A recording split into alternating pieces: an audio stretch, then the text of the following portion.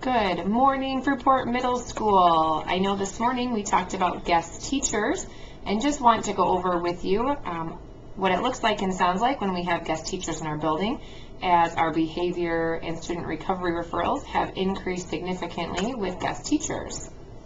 Yes, so what we want to do is we want to remind you of a couple of things. Number one, we're going to change the consequences for what might happen or will happen if you are asked to leave because your behavior isn't inappropriate for a guest teacher. And then we're also going to talk about and just remind you what it should sound like and look like for a guest teacher when a guest teacher is there. So Mrs. Stahl, what would you expect it to sound like in a classroom when there's a guest teacher there?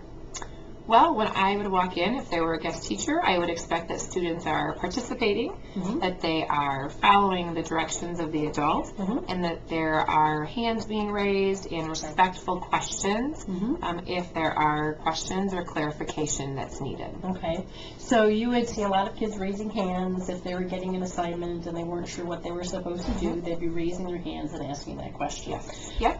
Would it sound like students arguing with a guest teacher about how it gets done when the normal teacher's there? Definitely not. I would say kids understanding that a guest teacher doesn't quite know procedures and protocols as a teacher, and that they're doing their best, and that students are being understanding and pausing and thinking how might they help this guest teacher better understand classroom procedures. So one of the things that it's important to remember when you're in a classroom with a guest teacher is that the rules are probably more strict than less strict. That a teacher can be flexible because they know these kids every day, but when a guest teacher comes in, even though on a normal day with a teacher things might get to happen, they may not happen when there's a guest teacher there. Yes. Yep. Okay. And I would definitely see kids in seats, not wandering around the room or trying to sit on the floor by chance, but kids in their correct assigned seats as well. How about asking to go to the bathroom a lot? Yes. Would you expect kids to be doing that when there's a guest teacher? I would definitely not. I would definitely hope that all students would be in class learning and, again, just really trying to help that guest teacher as much as possible. Right.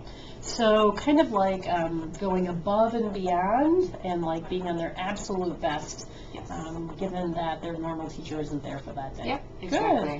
Good.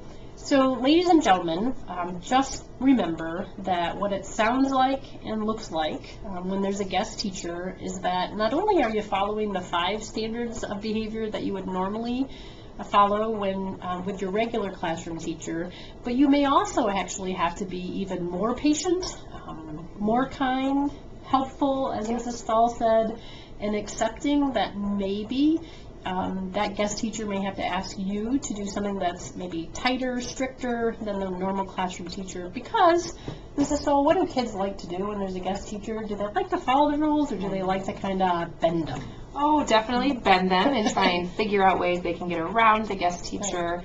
Like, I know some of you have tried to sit in the wrong seat for a guest teacher, or told them the different name. And remember, again, we talk about this is about safety as well, that guest teacher needs to know who you are at all times in case there was an emergency situation. So we just ask that you're honest and use that integrity with our guest teachers. Right. So because guest teachers know that kids might try to pull something on them, they probably feel a little more strict. And you know what? They're just trying to get through the day and do what your teacher needs them to do, which is learn the lesson that they've left behind for them. And it really makes a difference, don't you think, Mrs. Stahl, that if that teacher has to be gone, that they can count on kids doing the right thing in their absence? Yep, definitely. I know your teachers want you to do the right thing and count on you to do that. Yeah.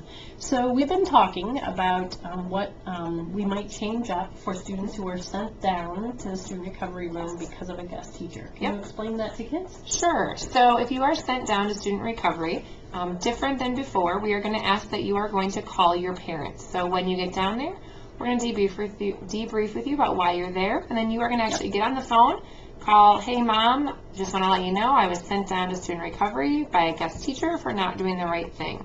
And then you're going to be making that phone call. And then also, you will have automatic 2 lunch detentions for being sent down for a guest teacher. So those are some new changes that are going to happen if unfortunately you are not doing the right thing. Right.